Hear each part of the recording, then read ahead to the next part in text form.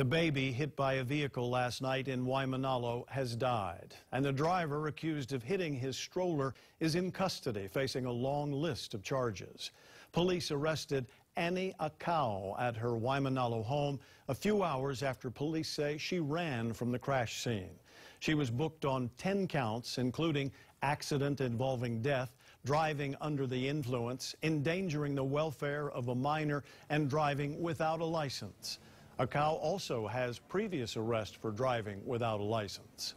Police say around 7 o'clock last night, a family of 4 was in a marked crosswalk on Kalanianaole Highway when a truck hit the mother, a 3-year-old boy, and 6-month-old boy. The baby died at the hospital. The toddler is recovering. Bridget Namata spoke with family and witnesses and joins us with more. Bridget?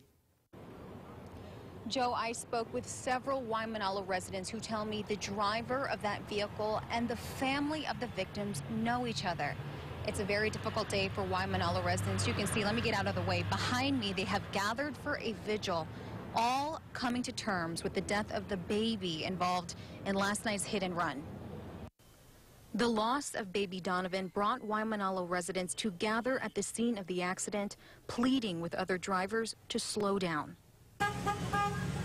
It's sad that it had to be this way. That's why we're coming together. But, you know, if this can save one more child's life, that would be great.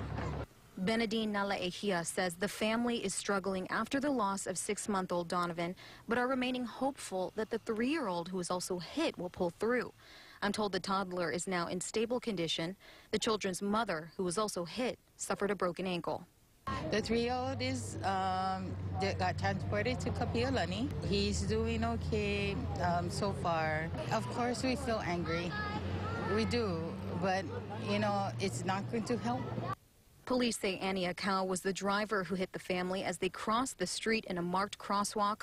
Police say Akau ran off, but was later found and arrested. That's irresponsible. That's totally irresponsible. And I got here a minute or two after it happened. She was gone. Lynn Matson said she was at home when she heard the sound of screeching tires and went out to help the family. Matson tells me she held baby Donovan in her arms until the ambulance got there. A baby stroller stuck under the driver's vehicle, a horrifying sight that witnesses say they never want to see again. It breaks my heart. It really does. It breaks my heart.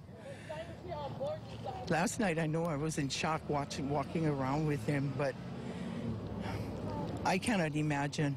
People need to slow down over here. This is like a raceway park. That's what I call it. Our people are dying here. This is sad, but it needs to stop.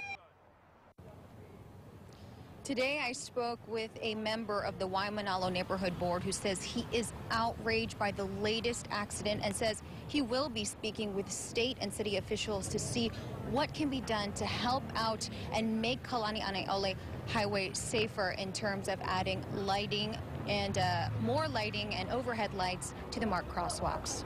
Live in Waimanalo, Bridget Namata, KHON 2 News. This is not the first time someone's been hit in that area. In September, a 76-year-old man died after being hit by an SUV. Residents we spoke with say the mid-block crosswalk combined with drivers speeding makes the area very dangerous. We could also add more crosswalk signs, more signage to alert drivers of the crosswalks. They were up there in this area already, but I mean, possibly we could add more. And then another change we could possibly make is decreasing the speed limit. The Department of Transportation is also looking into eliminating mid-block crosswalks across the state.